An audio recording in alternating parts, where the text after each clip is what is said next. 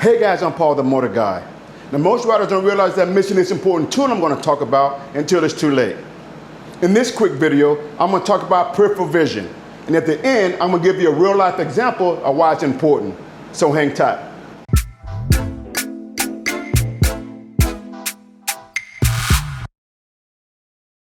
I've done videos like this before.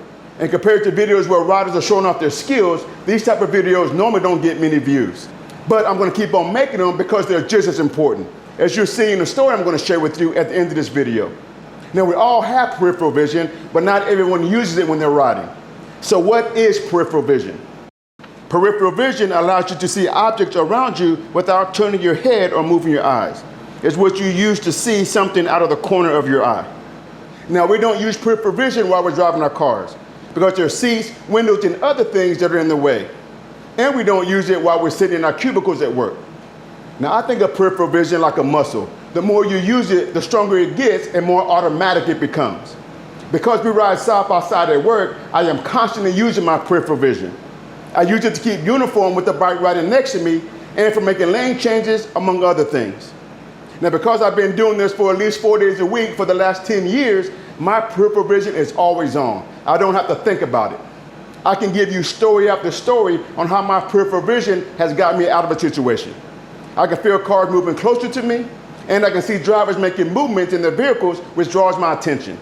So because you don't have the opportunity to ride next to someone all day long, how do you build up your peripheral vision? So this is what I recommend for you. Every time you go for a ride, call out 10 or 15 things you see in your peripheral vision and then enjoy your ride. And over time, you will find that your peripheral vision is always on, which is where it needs to be.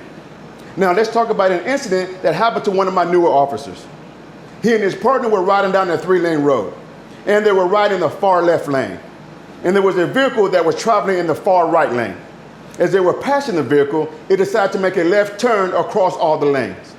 The officer that has been on motors for several years noticed the vehicle getting ready to turn and was able to stop using emergency braking, while the newer motor officer never saw the vehicle turning and struck the vehicle. Now, I already knew the answer to this, but later during the day, I asked a veteran officer how did he see the vehicle was turning. And he said he first saw it in his peripheral vision. In this incident, it happened to be a newer rider, but some seasoned riders also need to work on this. Again, you have to actively work on this to be successful. I wanted to tell this story to illustrate the importance of peripheral vision. Now, as I've said in many of my videos, sometimes it's the small things that make the biggest difference. Now, there are many videos out there that talk about braking and swerving, which is great. But if it wasn't for the officer's peripheral vision, he would have been able to use his emergency braking skills to get him out of that situation. I want you to see that there's more than just our riding skills that help keep us out of trouble.